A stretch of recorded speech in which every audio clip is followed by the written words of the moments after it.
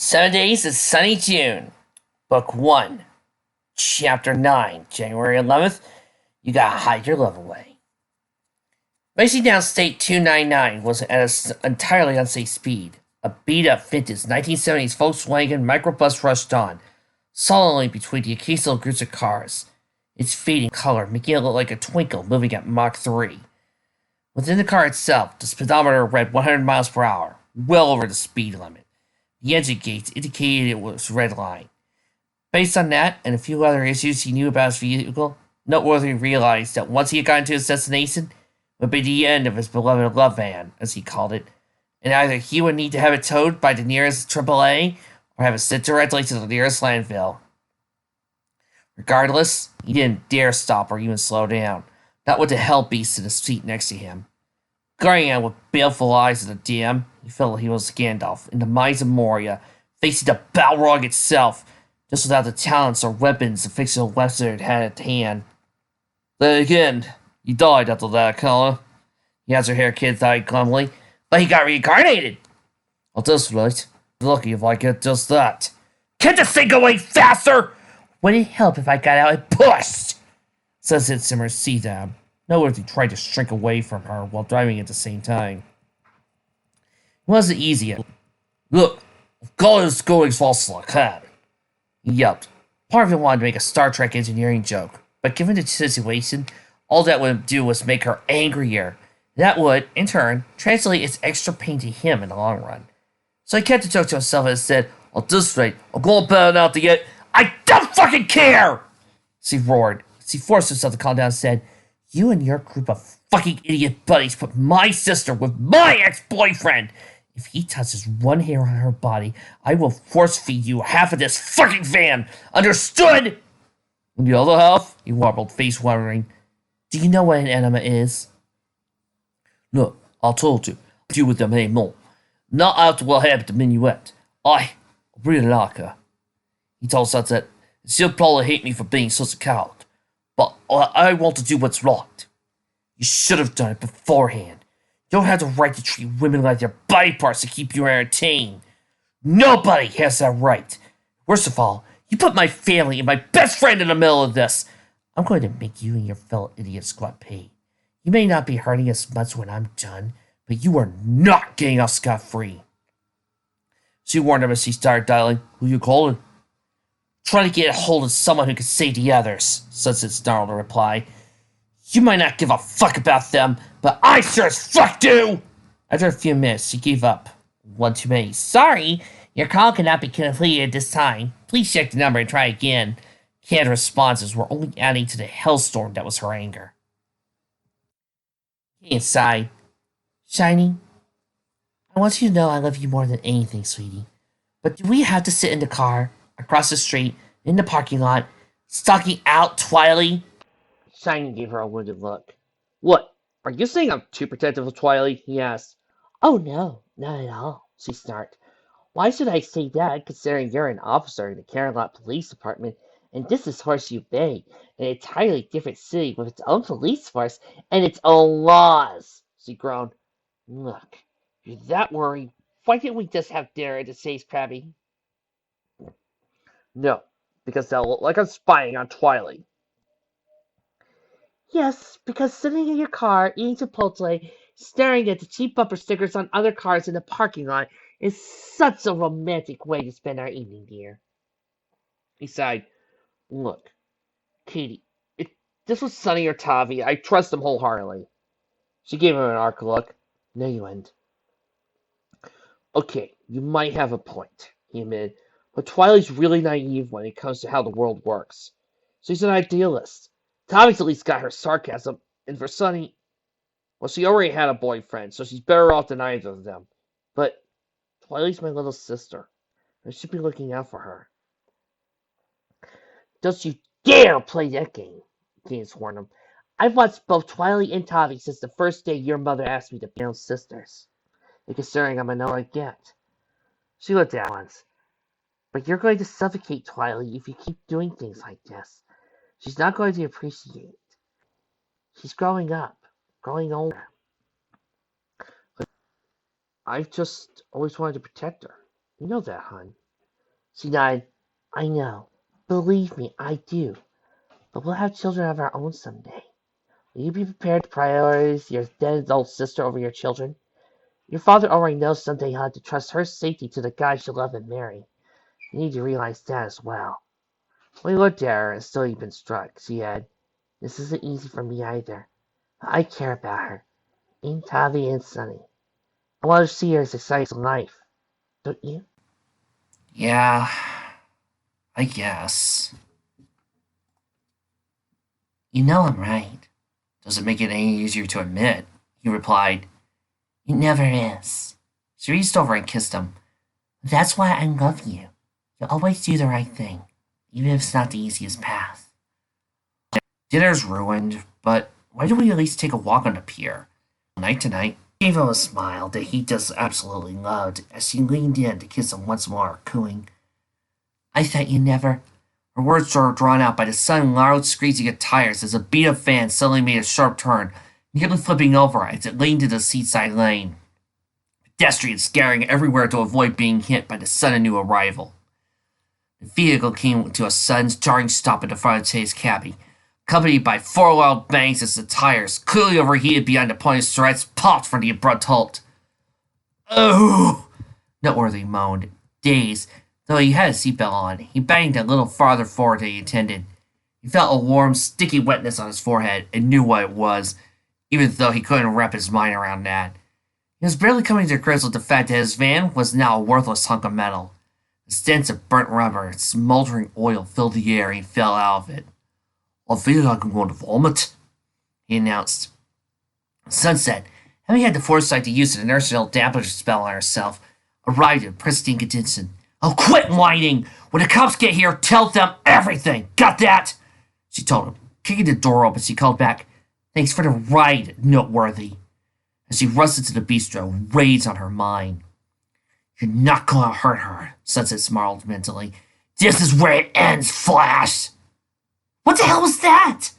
Keynes asked, staring at the dazed driver of the now ruined van. Tiny saw someone leap out of the van and rush to the restaurant. And that could only mean trouble. Call 911!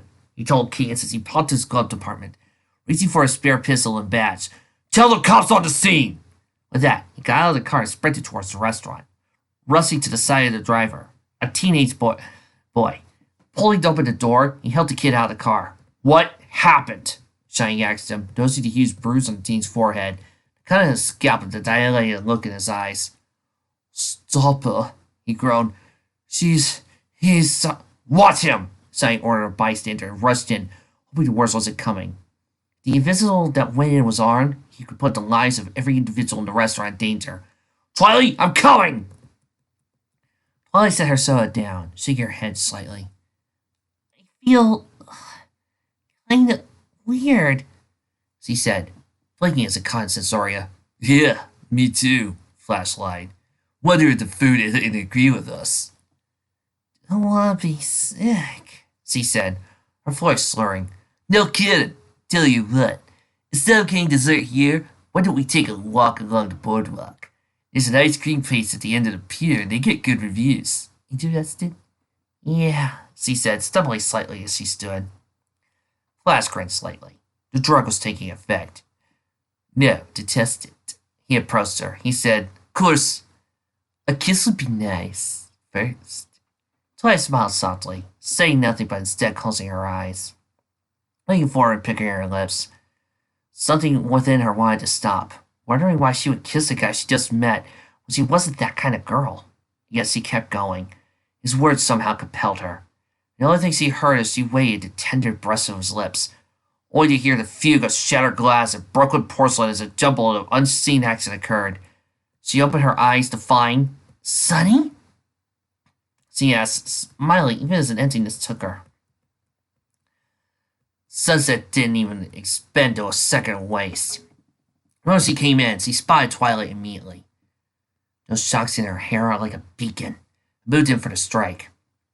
As the two moved in to kiss, something she knew Twilight would never do normally, she lashed out like a viper, grabbing him and flipping and pounding him against the table, snapping it like a twig. She then picked him up and threw him against the wall, moving out of the way as they knew they had gotten into the middle of something. Or rather, something had gotten into the middle of them. You fucking bastard! Sunset snarled at Flash. What did you do to her? Before he could even answer, she drove a fist into his stomach, making him gasp for air. You used a drug on her, didn't you? None of your business, you Flash's mute master replied before she followed up with a fist across the face. Hard. If you don't answer me, she said, whispering him, just only so he could hear her before she roared the rest. I will break you like a specimen ransacking all of creation! And what are you going to do if I did? Her response was to punch the wall she pinned him against, and then threw it. As his eyes went wide in surprise, she said in a dangerously calm voice, Does that get your attention, fuckwad? You have no idea what I'm capable of. She bared her teeth as she added, Twilight Sparkle is my little sister. I will do anything and everything to protect her. He gave her a contentious look. You and I aren't dating anymore, you jealous cunt. You might be her sister, but you're not her mother. She answered that by delivering another slug across the face. Don't piss me off, Brad, or I will fucking go medieval on you like the fucking Viscoughts during a Roman holiday. I told you not to call me Brad. You see there. Would you prefer the things I'd like to call you? She flexed her hand in front of his face. Because the next thing I'd like to call you is Castrati. Class, take a note. If the girl that you're dating has a very angry sister and has you by the shirt collar, and she had just thrown you, punched you across the face, punched you in the stomach, and is right now treating you like a sack of thins, do not antagonize her! Sonny, what are you doing here? A voice shouted behind her, and her blood ran cold. Shit! I hadn't expected him to be here. Officer! Flash shouted, This girl's... Shut up, you lying asshole! With a strength of surprise above, Sunset flung Flash against the opposite wall. He crashed into several tables. Before he could even recover, she was already on him. You're never gonna touch her again! Sunset, that's enough! Shining shouted at his foster sister. Shining, he used to vibe on Twilight, she shouted, not taking her eyes off of Flash. I know everything and I can prove it! What? I'll explain later, she insisted. Just pretend Twilight! Shining looked at his sister as he stood there, unmoving like an automaton, blank robot awaiting a command. What's going on? He asked Sunset in a voice, indicating he wasn't expecting an answer as an older brother, but as a police officer. We gotta go, she told him. We don't have much time to save Tavi and Rarity. I'll explain everything on the way, Shining. Tavi too?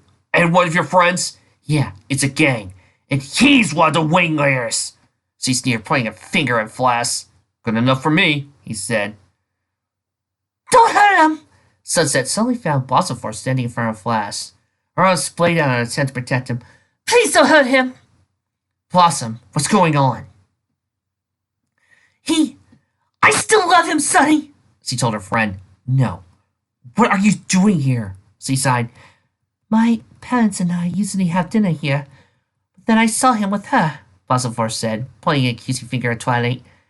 And then I saw you come in and attack him, and even if he touched me after dating so long, I still love him, Sonny. You were dating Flash this past year? Well, she nodded. Sunset narrowed her eyes in anger. So, you were sleeping with me while you slept with her? Sunset heard several gasps behind her, but she was too angry to care. And then you were trying to get into Twilight's pants? You're going to have to invent a new word to explain what I'm going to do to you, you sick fuck! It's more than that, Blossom said, her eyes tearing. I'm late. Late for what? Flash asked. What do you think, you dumbass? She blustered. You know, late. The room went silent enough to hear a pin drop. That pin being any chance that Flash had talking his way out of this. While Flash still looked confused, he did notice the look of shock on Blossom mother and the sudden rage on her father's face. But it was Sunset's words that crystallized everything for him. Congratulations, Daddy. Asshole gets his comeuppance and then finds out the mistakes of one of his plots. Now's the point where we all go ooh at the same time. Ready? Ready! Ooh! What? Sunset's anger suddenly turned to Melissa's grin. You know, Flash, I was worried about coming up with a suitable enough revenge. But seeing as how Blossomforth just drew one hell of a punch at you that I can't even match, in front of her parents, no less, I think I'm out of class here. Besides, I have the rest of your messes to clear up. She then turned to Blossomforth. Blossom, I'm your friend. I'll be there all the way for you. But if you think he's going to marry you, well, he might be going to jail after all this. Lastly, she turned to Shining. We gotta go. Yeah, no kidding. Taking Twilight by the hand, he wiped out just as Cadence arrived. Okay, the cops will be here any Sonny? Cadence exclaimed. No time to explain, love, Shining told her. Take Twilight and stay with her at all times. She's been affected by the vibe. Twilight, stay with Katie, okay? I'll stay with Katie, she said, her voice small and childlike. Both Sunset and Shining looked at each other in worry. If the drug was doing this to her, how would it affect the others? I'll have someone come and pick you up, he told Cadence, and I'll call the local police department to explain. Right now, Tavi's in danger, and we gotta go. Rushing to his car, Sunset immediately followed him as completely confused Cadence watched them depart. Oh, Twilight, Cadence said, holding the younger girl close, looking at the ruined restaurant and the boy who was clearly the center of it all.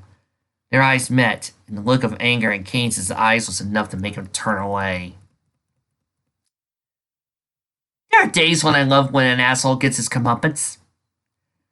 A few seconds later, Shining's Dodge Challenger raced eastward on 299, the cherry light on the top blinking, its built-in siren blaring. Good thing the police department issued everyone removable cherries for emergencies. He says, continued to gun the engine. They were already flying at well over 135 miles per hour, and he was trying to plot the fastest course to downtown to San Palemo. Where the hell did you learn to fight? Sunset gave an embarrassing grin as he formulated yet another lie. My previous guardian. She insisted that I know how to protect myself. And before you ask, I got stabbed that time because I got ambushed by Gilda and Lightning. The story would have been different otherwise. Well, nothing else. I know you can take care of yourself, he told her. But as to this whole club thing, I'm having a hard time believing it. Sorry, but it sounds like something you see on a TV show, not in real life. It's true, she insisted, and I can prove it. She then proceeded to give an explanation of everything she's done in a few days, from Minuet's troubles to the issues that Celestia and Luna explained, to the research she helped the faculty with, finally Nutworthy's own confession and how she directed it to helping. She left out the magic use and explained the lucky break is due to the camera used as likely having a light field capability, which was new enough technology that it should be possible. And that's everything as far as I know, Shiny. The look on his face was a complete shock. Sonny, I'll be honest. I don't know whether to hug you for doing all this, or be pissed as fuck with you for not telling me sooner. You were there when Sandy and I talked about it. Why didn't you say anything that day? Because back then I wasn't entirely sure, she admitted. There was still a chance that Minuet could have been lying about everything. Well, these guys picked the perfect night to do all this, he told her. Most, if not all of the force, is down in Eastside watching Carolot Stadium and the Stallions win the football game. With the riots that happened last week in Charlotte after the Panthers won the NFC, Mayor didn't want the same thing happening and the Stallions go to the Super Bowl. Plus, if that's not enough, most of the ECSD is over in Norville at the Pavilion for the Mustangs game against the Knicks. Tonight's the night for Sure starts retiring from the Mustangs, so they're expecting massive crowds at the Pavilion. Signing, I don't care about that, she said. She tried to make another call, hoping to get a hold of Rarity, or Knight and Velvet, or someone, anyone who can help. What the hell's with the cell servers today? Probably overloaded for the same reason, he reasoned. She sat back in the seat, trying not to worry, but not doing a very good job of it. She then told him, The worst part about it is what happened to all those girls that were under the influence. You saw how Twilight was reacting there. That was just the start. What about someone who's fully under the influence, or worse, is partially susceptible? I don't even want to think about that, he told her as they blew past the halfway point. Frankly, I do this alone, but I can't be in two places at once. Your help, Sonny. Okay, let me handle saving Travi. You go after Rarity, Sunset suggested. The one with Tavi's a girl, and for bonus points, C and I don't get along, so if she tries something, I got more than enough reason to get creative. A girl? Tavi's never expressed any interest in girls, Sonny said. Yeah, but Tavi likely didn't know who her date was. Knowing Vinyl, she either doesn't know, or given what the drug does, doesn't care. But the one I'm really concerned about is Rarity. She's with a boy who not only can protect himself, but has serious connections. His name is Blueblood, and his old man said a quarter call. Sonny whistled. Yeah, I can see how that could be an issue. Can you take care of this Vinyl girl once he's armed? Doesn't matter if I can or not, Sunset told him.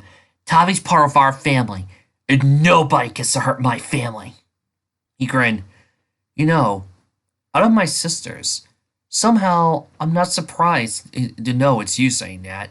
She blushed. Sisters? He chuckled despite the situation. I've always thought Tavi as one, and I'd be lying if I said you didn't fit into our family just as well. I hug you, but we're doing multiples of the speed limit right now, so that might not be a good idea. Ew, Octavia said, feeling woozy. I don't feel that well all of a sudden, she told Vinyl. Things had gone so well, too.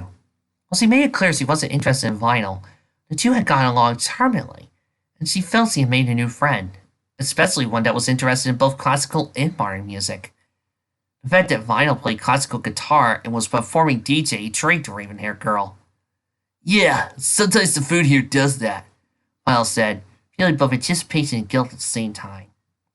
The blue-haired beauty felt her pulse quicken as the indicator that the vibe was kicking in was clear. In a few moments, she had complete control of Octavia. And I'll have the girl in my dreams, DJ thought to herself.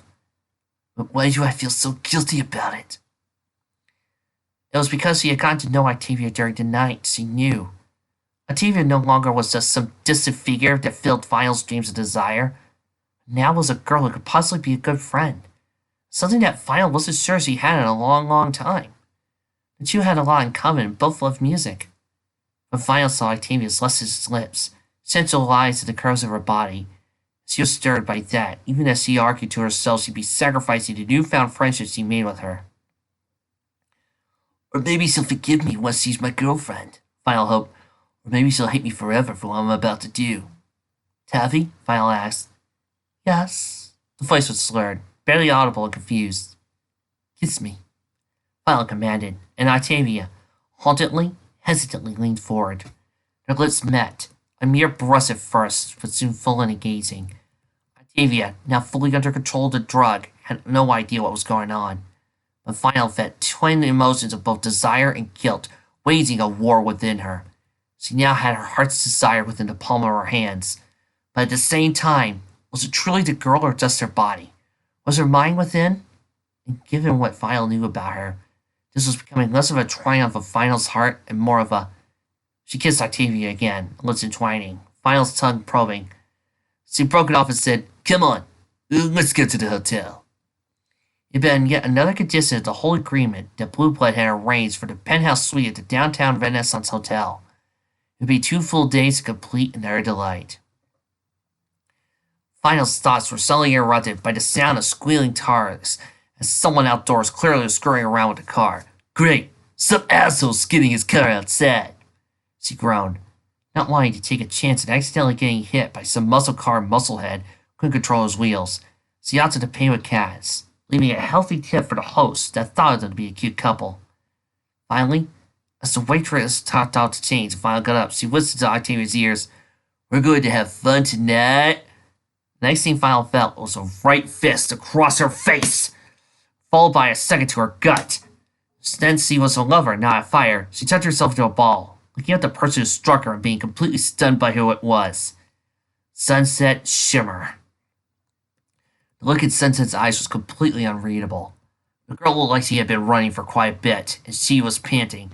She said, "Scratch, I'm not gonna let you hurt Tavi." "What the fuck do you think you're doing, you bitch?" Final snarled.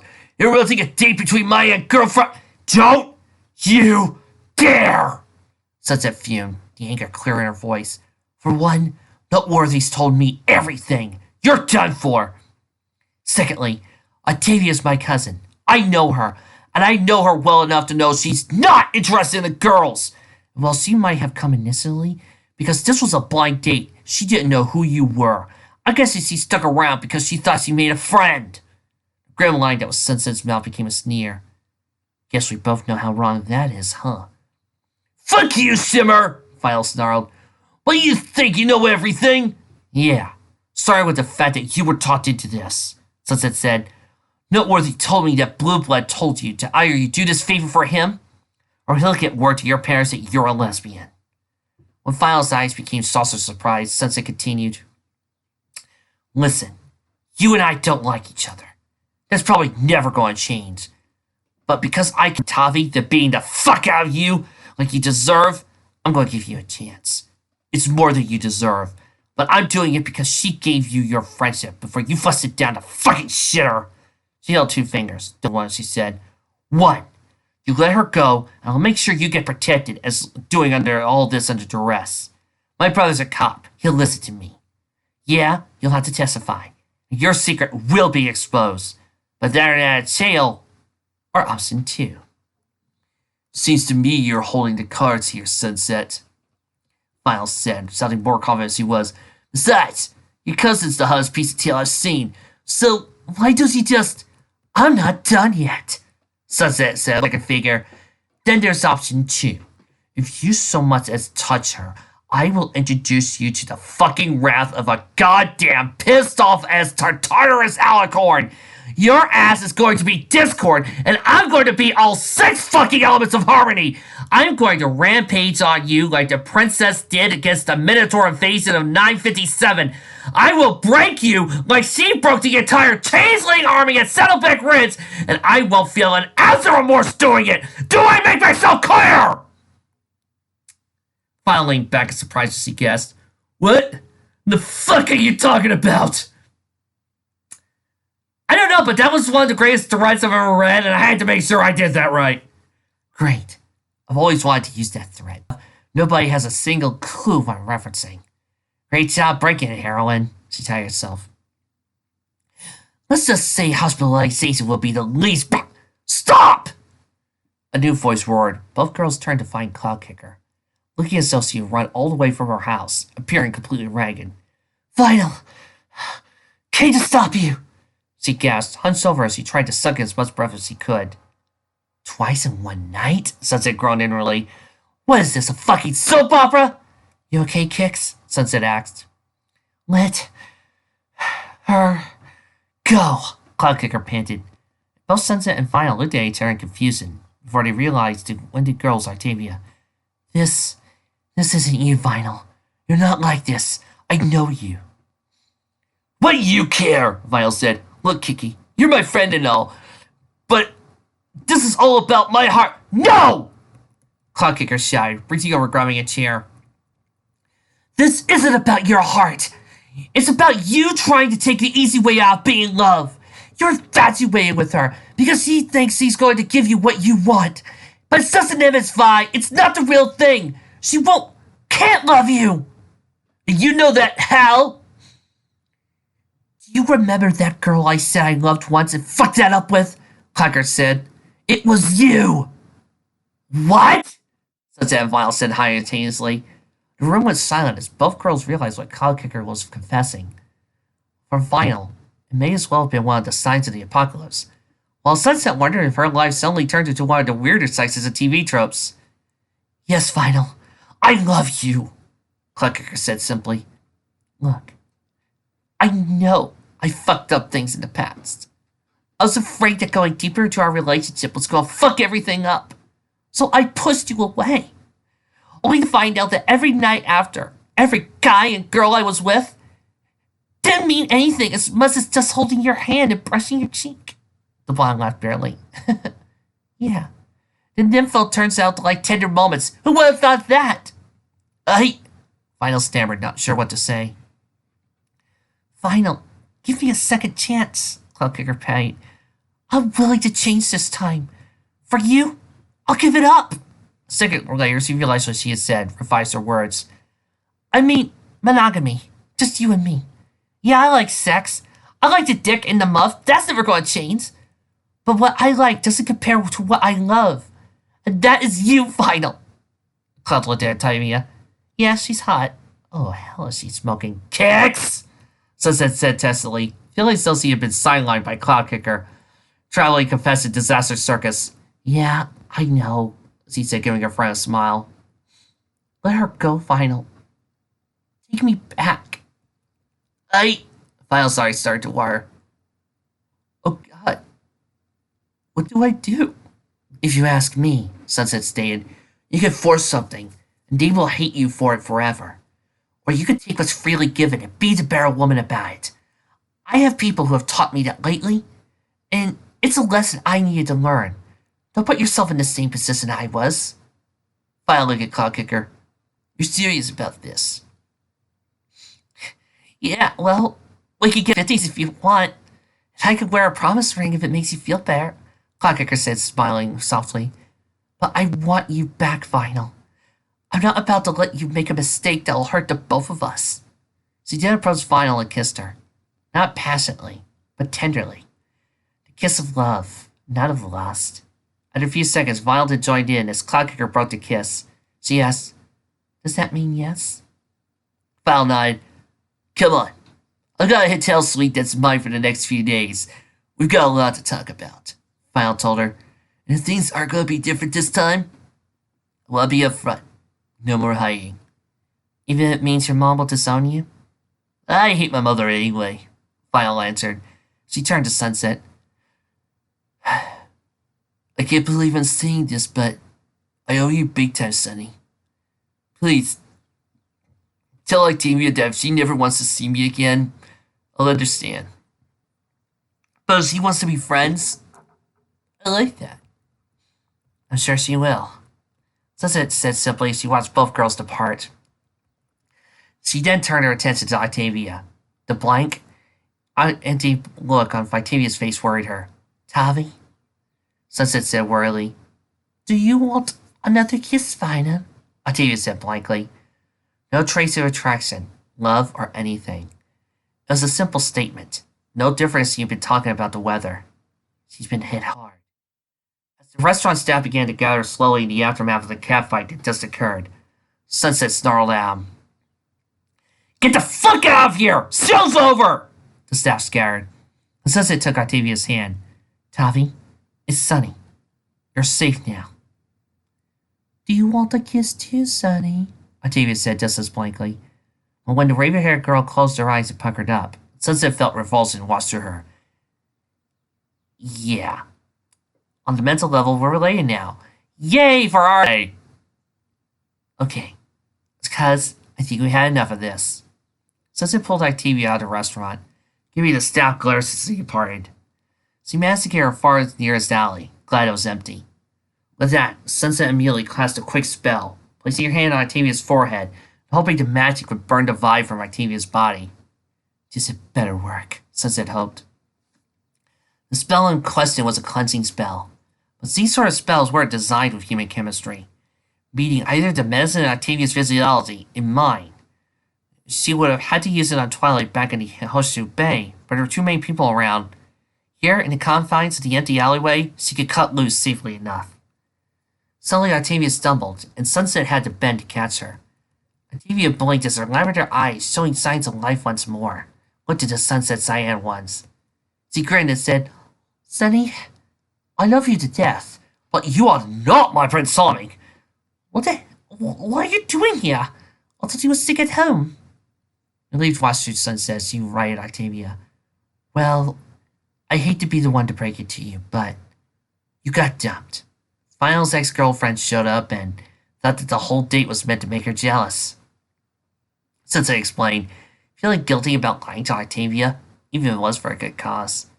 But you thought I was sweet and just let him go. I don't remember any of that, Octavia said, somewhat flustered. Probably because the waitstaff fucked up, Sunset said glibly. They poured you a 7 blaster by accident. The alcoholic drink, though tasting like a simple serving of 7-Up, was actually alcoholically potent enough that it could floor adults. It had been something that night in Velvet had costed Octavia about prior to her date. Plus, as Sunset noted from experience, it was actually plausible and believable. Of course, Octavia would eventually find out the truth, but hopefully it would give Sunset enough time to formulate an excuse by then. Oh, you're not going to tell Uncle Knight and Aunt Velvet about it, are you? Sunset shook her head. No way. I'm just here to make sure you get home okay, since Cloudkicker, Final's girlfriend, insisting on being not left alone while downtown. Thanks, Sonny. Realized Octavia answered. Well, so we get going then? Demetrius asked before remembering. Oh, Uncle Knight and Aunt Velvet are just down the road at the Mexican restaurant. Maybe we could join them there? Good idea. I'm starving, Sunset said, as the anger and worries he'd been feeling mostly drained out of her body. Both Twilight and Octavia were safe. While Rarity was still in trouble, she knew Shining Armor would live up to his name and arrive to save the day. Monday would be a hell! Well, even more than normal, Sunset mused. But the gears were now in motion, and the stage was downfall. God, this is awesome. Any of you folks listening want some popcorn? As he came screeching to a halt in the parking lot of Fantasy, Shining knew this was going to be one of the more interesting arrests of his careers. For starters, this wasn't his jurisdiction. San Palema was patrolled by the ECSD. And though state law arrest, as he was a sworn officer, there's also going to be a lot of questions why he just also happened to be involved with the situation over in Horseshoe Bay. He had no doubt he'd be having one hell of a discussion with his lieutenant first thing on Monday morning. And after that, the paperwork would certainly be hell. Still, Rarity was a friend of his sister's, and having left Octavia in Sunset's care, they had only left Rarity in need of rescuing. And against the most problematic one, if Sunset's explanation had been correct, he'd essentially be placing his career in jeopardy by arresting a teen. But Shining was more than willing to take that risk if it meant saving an innocent in trouble. That was his whole reason d'etre. Leaping out of the car, he rushed to the restaurant's front door to find a young woman stomping out of the restaurant, one of her arms covering her chest and a look of one in a face of indignation. As he approached her, he asked, Rarity, are you all right? Oh, Shining Armor. It's a pleasure to see a friendly face here, she said, a painful smile on her face. They initially met in the wake of Sunset's injury, and had to run into each other a few more times since then. I'm presuming you're here to save me from that cheap, heinous, miserable cretin! Instead, he knows exactly why she was holding her arms in such a rather awkward position. The front portion of her dress was missing, and clearly it hadn't been removed voluntarily. Slipping off his jacket, he slipped it over her shoulders. Here, looks like you're going to need this. At last, a gentleman, she said with appreciation of his gesture. Well, I suppose I should expect nothing less of my friend's older brother, unlike that card within. What happened? Well, a lady shouldn't talk, but I'm a cop, remember? The idea? She said, smiling. That's the only reason that I'm willing to divulge my horrific tale. He diverted his eyes as he slipped on his jacket and zipped it up. Thank you, Simon. It's so refreshing to be reminded of what gallantry is from a true man of honor. I love you, Rarity. You were saying, oh yes, forgive my slight verbal detour. In any case, it started when I arrived. I confess, I was quite smitten with Blueblood. He was debonair, handsome, charming, and I thought I landed quite a catch. Unfortunately, I also feared I was going to give him something else I caught that would have spelled disaster for the date. What's that? A head coat, of course. It is January, after all, darling. In any case, while I rushed off to the powder room to freshen up, I also took a couple of rubber testing pills. In retrospect, however, perhaps I shouldn't have done that. The drinks and the food had an odd aftertaste as a result. Shiny kept a straight face, though inwardly he felt relieved as his mind put the situation together. Something in the cold medicine, at least in Rarity's case, it blocked the effects of the vibe. There's a happy accident if I ever heard one, he mused. You might not believe this, but that turned out to be the best. You might not believe this, but that turned out to be the best thing you could have done, he told her without clarifying. In any case, go ahead and continue. Try to remember everything, because you'll need to repeat it for your complaint. Understood. She continued. So all the while we chatted and had what I thought was a pleasant dinner, but as the evening wore on, he started looking at me oddly. Oddly? Well, to use a turn of phrase, he'd become a piece of chattel, though I thought I was imagining it at first. After all, he's a man of means, so I thought that, well, never mind what I thought, because I was clearly wrong, and he proved it afterwards. The relative smile disappeared from her face, morphing to a scowl. After dinner, he ordered me to kiss him. Granted, I was still taken in by him, so I might have done so had I not been so forward about it. He could have at least waited until after we danced before hinting at that. Well, I told him no, and apparently that is not a word he's accustomed to, because then he demanded I do so. The nerve! So, after deciding that I had more than enough, I got up from the table, told him our date was over, and I did not wish to see him again, and that I expected I'd be calling for a taxi to take me home, as I did not trust anyone as an employee given the circumstances. Things devolved after that. He got up and insulted me, saying something along the lines that I was too stupid for it to work, and that he was going to have to force more, or whatever that meant. He then grabbed me and, well, she sighed, I especially ordered this dress from Hong Kong for such an occasion. Believe me, I will most certainly be sending him a bill for the damages in addition to everything else. So where is he? Well, after he assaulted me, I did what any woman in my position would have done. I hit him with my purse. She showed him the soft blue silk purse. It surprisingly looked like it had a blood spatter on it. I struck him straight across the face with it before I stormed out. I hoped I made my point. I'm sure you did, Shani told her. Especially since your phone was there. You probably broke his neck. He added, silently, as he jiggled the purse slightly, the fake rectangular shape slide with emotion. Wait in my car until I get back, and don't open it for anyone other than me or another law enforcement official, okay? Of course, Shani dear. She paused to reach up and give him a kiss on the cheek. Thank you for coming to my rescue. You are a true gentleman amongst gentlemen, and I dare say I am a bit envious of Keynes' good fortune. I repeat, love you, Rares!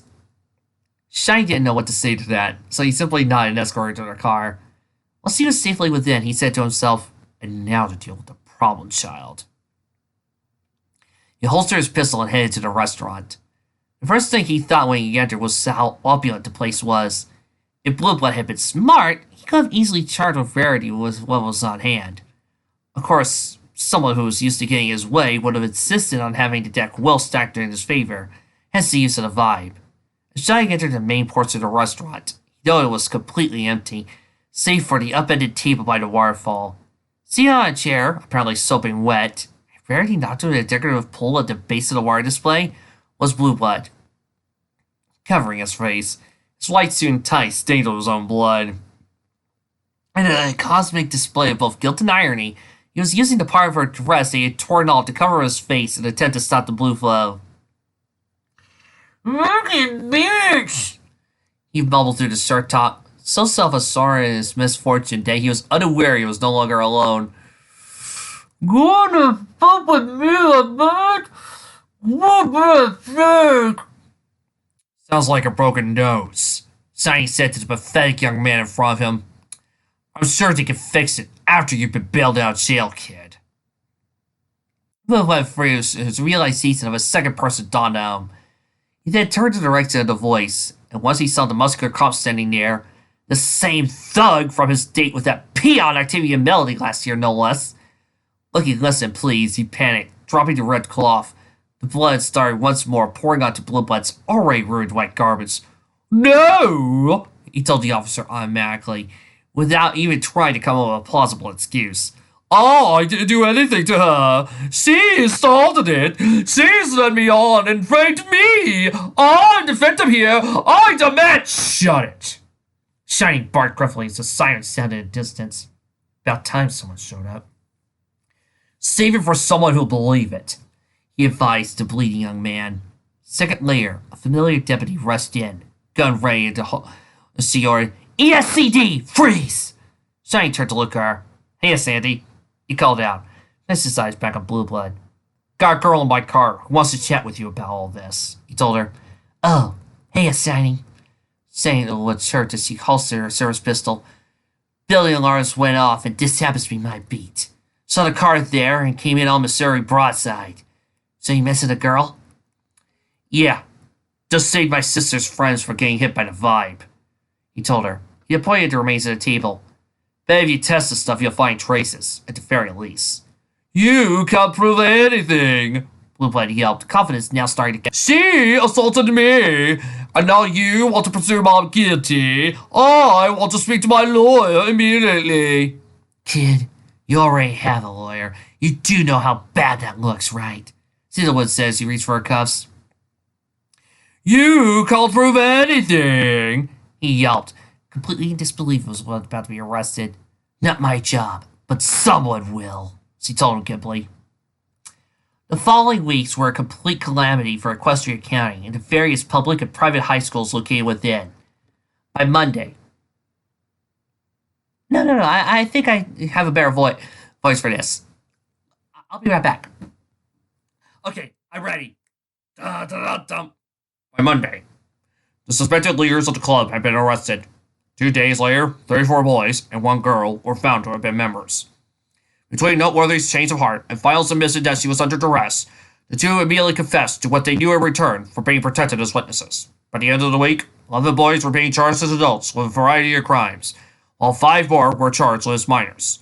Of the remaining teens, 8 attending the public high schools were expelled and reassigned to the blanks, or, in the case of those attending Mutzenheiser, would now have to attend public school. The remainder was suspended and given adjustment as necessary, including in one case a promising basketball player who had been kicked off County High's team. By the end of the year, many of the teams within the county would suffer quality drops in their sports programs due to the remainder of promising students and athletes removed in disgrace.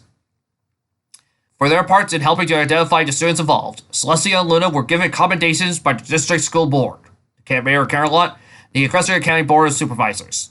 Various images they were able to pull from Minuet's phone had been a significant starting the paper trail of investigation.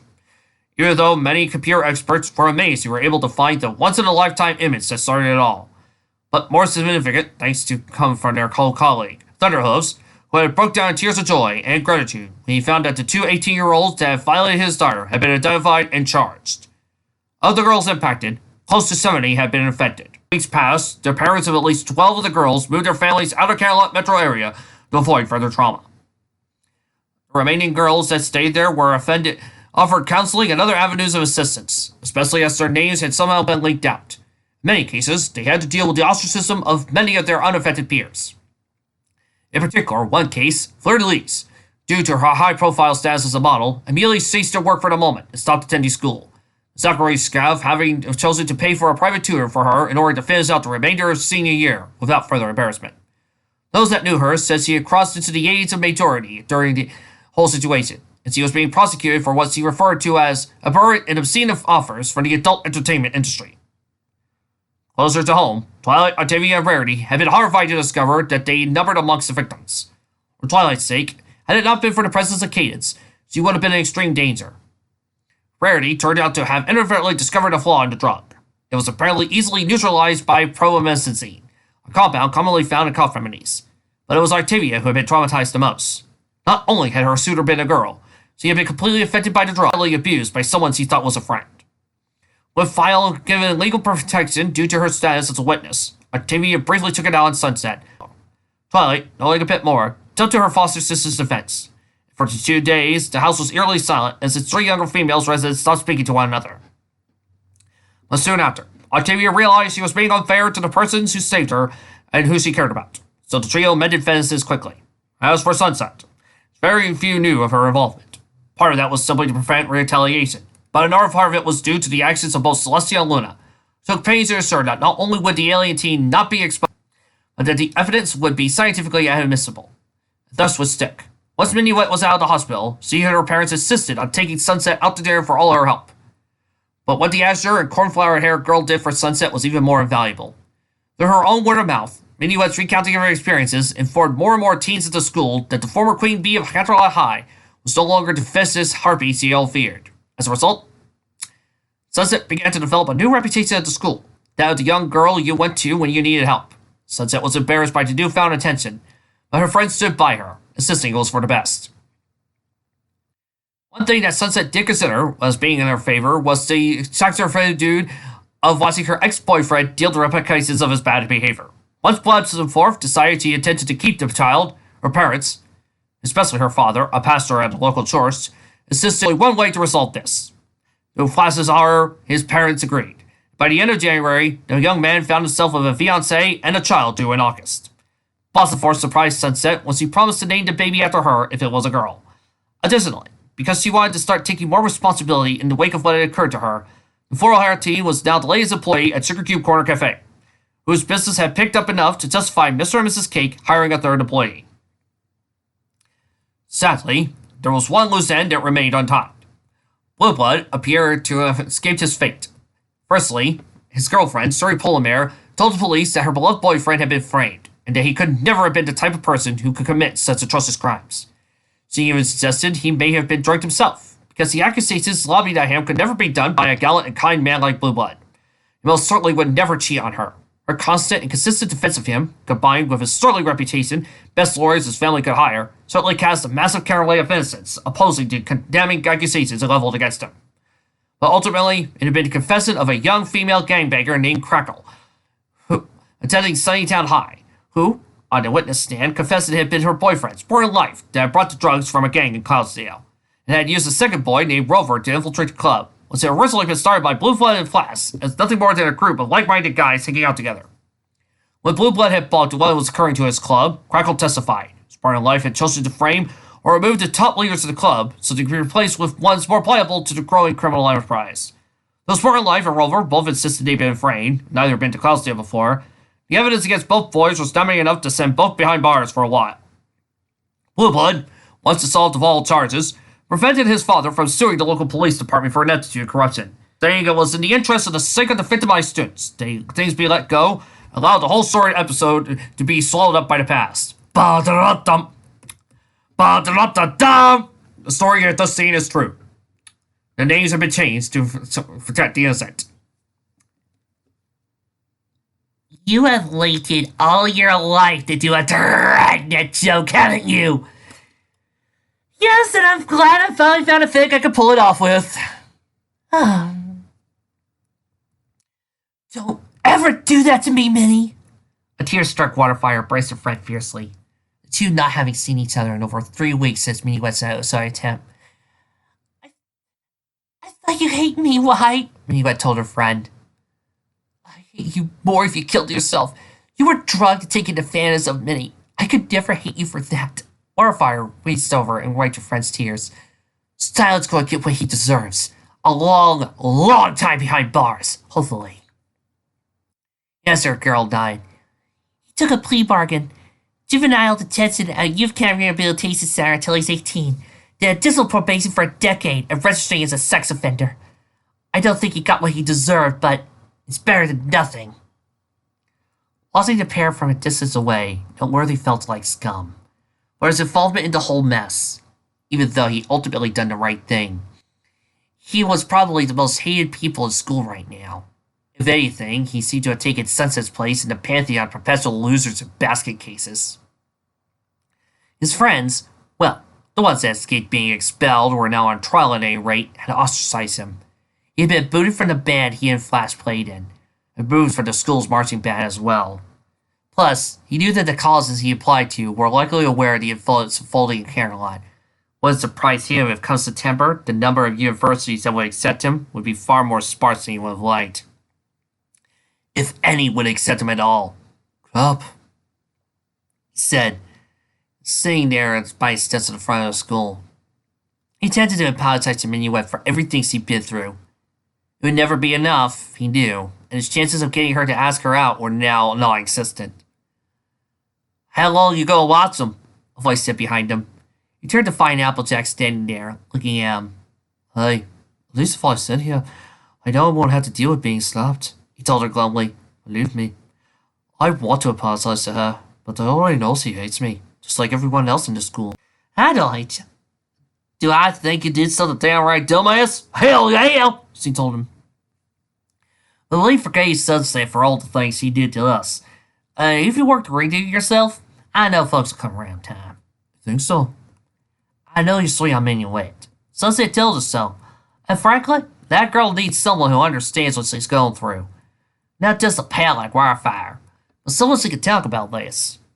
Well, that can't be me. And then, you did the right thing, House.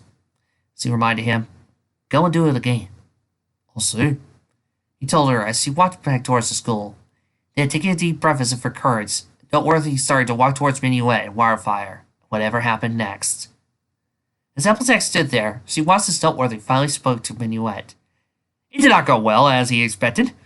Wildfire kicked him in the crotch, doubling him over and sending him sprawling to the ground. But then Minuet herself held him up, and the trio talked, most of him as a protection for the victimized girl. But in the end, it appears she forgave him, and the trio departed, on at least what appeared to be friendly terms. Well, that boy done did a whole world's worth of stupid, Applejack said aloud. Someone came up behind her. But at least he's smart enough to do the right thing in the end.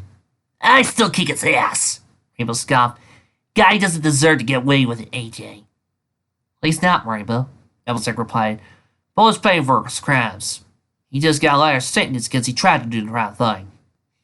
Well, better him than me. I knew I screwed that up all the 20 ways sideways. Rainbow and Applejack were soon joined by Fluttershy and Pinkie, both of whom were reared or tied to hear the gist of the early conversation. But is it okay? How many of us were on that list? How many more would have eventually been targeted? The look on Fluttershy's face showed worry. Though no names were mentioned, the fact that half of their own social group had been involved, one way or another, weighed heavily on the four girls. Applejack was quiet for the longest time before she said, I don't know, Sugar Cube. I know what you're thinking. Yeah, that ain't right. That Rarity has to see canceled for what happened to her. Or that Twilight and Taffy have to go at their schools. I'd rather that than what happened to some of the other gals. Oh, I guess I could throw a city-sized party for everyone, Pinkie said somberly. I hate seeing everyone so sad. Well, Pinks, you're in the cheerleading squad, Rainbow started. So why don't you get... Rainbow, why not now? Fluttershy scolded. Don't even joke about it. Rainbow sighed. Look, even I have my limits, Flutters. Well, I was going to suggest as Pinkie and the rest of the cheerleading squad should bake us those cupcakes or something, hand them around school. You know, to help rebuild trust in everyone, she said. I know I'm not the best in the kitchen, but I help. And I could probably get the girls on my team to help too. Here's what's in Pinkie's mind. Rainbow, you're a genius! She giggled happily to have a suggestion. Look, Pinkie, I know I'm just a dumb jock, Rainbow told her, but even... Pinkie hugged her friend. No, silly, the whole idea! I'm sure if we suggested Principal Celestia, she could work something with the other schools too. It'd be our school's way of helping to heal the wounds, Fluttershy said happily. She realized Pinkie's idea. Rainbow, that's brilliant. Well, let's not go that. Okay, let's go that far, Rainbow said, grinning. I'm gonna touch her right now to get a hold of the rest of the squad. With that, Pinkie raced back to the school, headed for the principal's office. Well, I'll be glad to help, Applejack said. The other girls nodded. Besides, this is for all the girls, including our friends, right? Think Sunset will join us if we start this afternoon? Fluttershy said. Applejack shook her head. She's out today. Doing something important, she said. So, this is it, huh? Says it asked File. The two were at Terminal 2 of Caroline International, awaiting the announcement of the latter girl's flight. At the moment, Final had a carry-on bag flung over his shoulder and was dressed far differently as she normally did. If anything, she seemed like she was almost trying to completely move away from the brass pony curl persona she had since Sunset first known her. Yeah, Final nodded. Already gave my deposition and testimony to the prosecutors. They'll allow me to testify via teleconference, but done. She gave her former adversary a sad smile as she adjusted her glasses, letting her eyes say she'd been perpetually seen with Pryor. Besides, there's nothing left for here for me anyway. Mom's rep is in ruins, or so she thinks. Yet she kicks me out of the house and disowned me the moment she found out everything. If it wasn't for Kiki's parents, I've been screwed the past couple of weeks. Still, hard to believe you're starting a new life in Detroit of all places. Heh, not as bad as it seems, believe it or not. There's how Dad lives in Lansing, which is like San Palemo in comparison. Plus, I'm transferring now. This gives me plenty of time to catch up with the high school I'll be going to. Plus, Mr. Cranky Dual trigonometry teacher probably knows the principal of the school I'll be attending, so he'll put in a good word for me.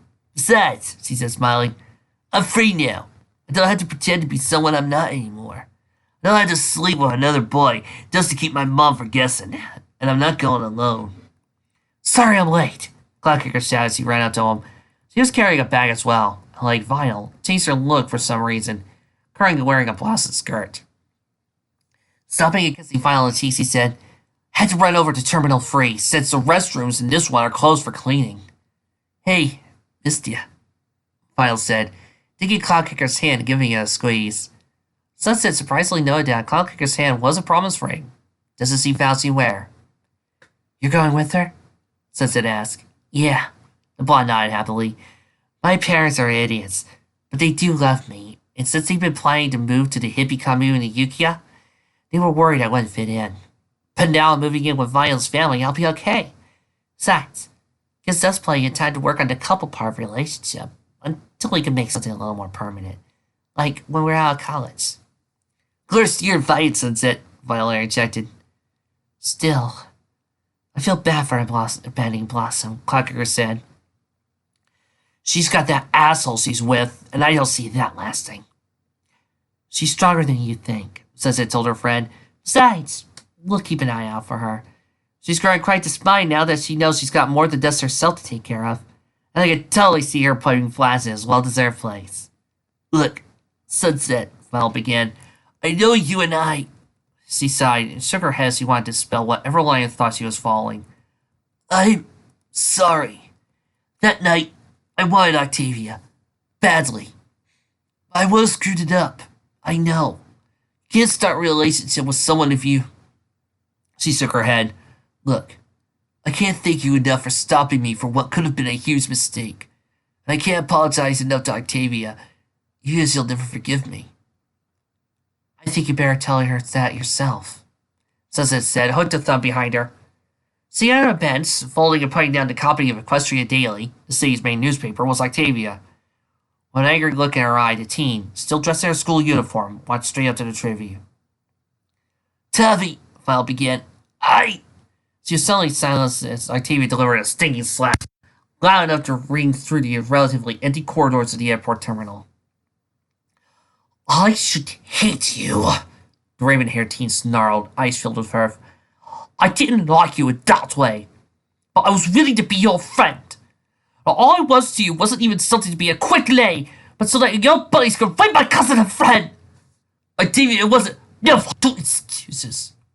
I don't want to hear anything from you ever again. She turned to Cloudkicker and saying in a curt tone, for your sake, I hope she's worth it. I best you wish of luck, Miss Kicker. With that, Octavia left them and went back to the bench where she sat, picked up the newspaper and hid behind it.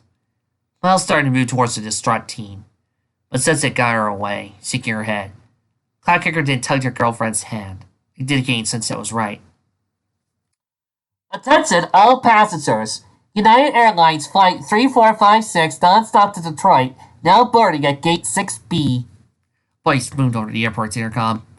That's our flight, Cloudkicker said, then stuck out a hand. See you around sometime, Sonny. Sunset took and shook, then hugged the girl. You know it, Kiki. Keep in touch. She looked at Final, then offered her hand. Final took it. Surprised when Sunset gave her a hug as well. Take care of her, Final, Sunset said. She's giving up everything for you. I know, Final said in a hushed voice. I had to be worthy to prove it. Take care, Sunset. As she went off to catch her flight, Sunset sat down on the bench next to Octavia. You okay? No, I'm not. Octavia lowered her paper once more, feeling as he had been crying. I was violated, Sonny. Not as bad as other girls, but how can you forgive her? Because Rarity and the others forgave me, Sunset replied, putting an arm around her pseudo-cousin. And because instead of condemning me, they offered me something more potent. Their friendship. I couldn't be the person that I am if I didn't offer the same. Octavia said, looking at Sunset. I envy you. I thought I was strong, that I could hide behind my sarcasm and my attitude, but at the end of the day, I crumbled like paper. But you dealt with lust and kept on moving. That's not true. I was managing because of my anger and rage. But that's not the way to live life. But now I could do it because I have my friends and family. I said, placing her hand on Octavia's, like a cousin who I care about as much as she does me. I guess you mean me, right? Who else who I should be referring to? I'm an orphan, remember? You know, I'm not going to tease you for saying that. Funny, because Vile told me in great detail how great of a kisser you are, Tavi. Silence. Okay, let's just forget everything I said then. You're on us, Sonny! Sonny laughed and hugged Octavia closer. Love you too, Cuss. The first thing that came to Blueblood's mind when he woke up was smug satisfaction. And furthermore, their discreet donation, that a friend of a friend who someone might be a friend of Blueblood's father, given that gangbanger strumpet in the slums, and Sir Blueblood was well inoculated from the whole fallout. The wealth of delinquents would face their fates in the criminal justice system. Besides, it was only a matter of time before cretins like Sporting Life and Rover were set in a life behind bars. The evidence only assured that it would happen faster, while Blueblood would be successfully escape. Well, not escape per se. Escaping is for less of a said. Fair to say who deserved their fate got exactly what they deserved. This line of thought, however, went away the moment he tried to get off his bed, and found he couldn't. Furthermore, he discovered that his hands and legs were tied to the corners of the bed, and he was bound in a manner most unbecoming. The hell? Well, dear, you're feeling distraught still after your whole ordeal. Thankfully, your beloved girlfriends decided to take a couple of days from school to minister to your needs. Blueblood's blood suddenly ran cold as he heard Suri's taunting words. Sure enough, the girl walked in, wearing nothing but a negligee. In her hand she carried a small crystal vial, one that Blueblood was all too familiar with. After all, he used it on her several times. Well, my love, She said in a voice that was half venom, half sugar. I know you wanted me, but all you had to do was just ask. Yes! She said, using her other hand to gesture to the vial as she was a woman displaying a product. Was entirely unnecessary. She then tossed the vial in a trash can by the bar as she sauntered over to it. Sorry, he began formulating a plan to get out of his current predicament. I can explain everything! Oh, you don't need to, she told him. Everything's been taken care of already. What? He thought was surprised. She smiled as she took a confused look on his face. What? You thought I was just a vapid little girl who wanted to be nothing more but arm candy for the rest of your life? She laughed softly. The sound seemed all the more psychotic for it. No, my dearest. You're the kind of sneaky, sadistic bastard that'll likely make it to the White House someday.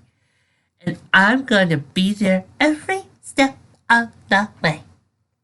Moving over to where there was a chilled bottle of champagne in a bucket, she poured herself a glass and held it up to her face, ice focusing on the sparkling glasses within the wine. I talked to both your parents and mine and told them exactly what I want. And you know what? I got it.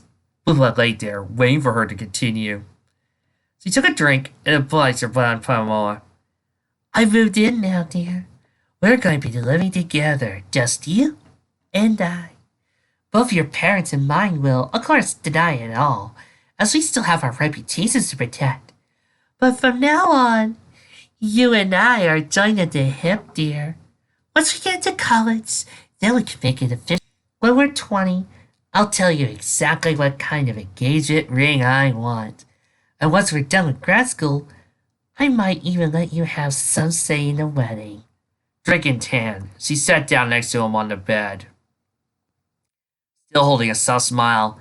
Then, while you'll work your way up the political ladder, I'll be there. The dutiful, helpful wife that every politician would love to have.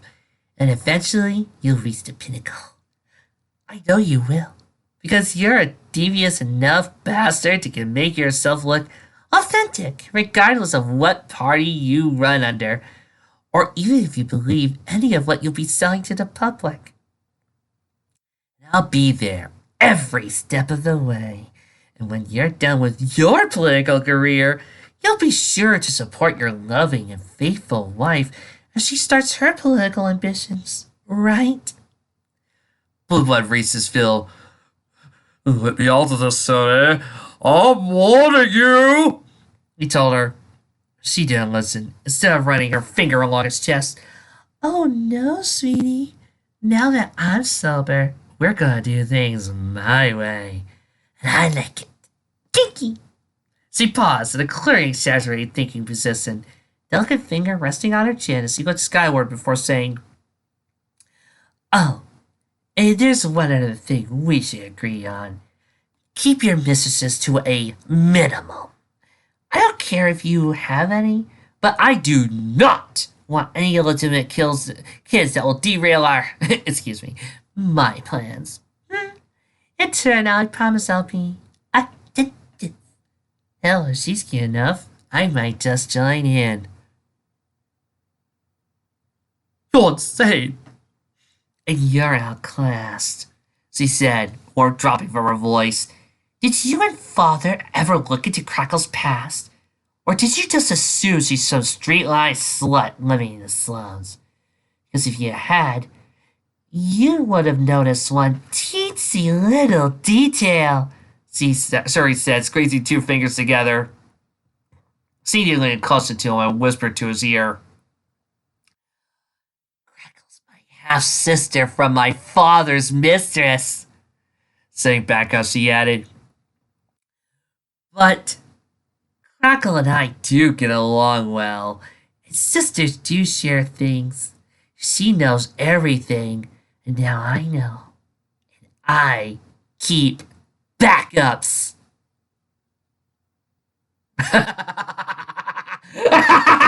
Booyah! A sudden look of horror came over Blueblood's face. As it did, she leaned down and kissed him. "Check and mate, dearest," she cooed. "You know, Blueblood, I almost feel bad for you." "Almost? Maybe a little. Only a little?" "Okay, actually not at all. Now's the moment we all laugh. Laugh with me, people!"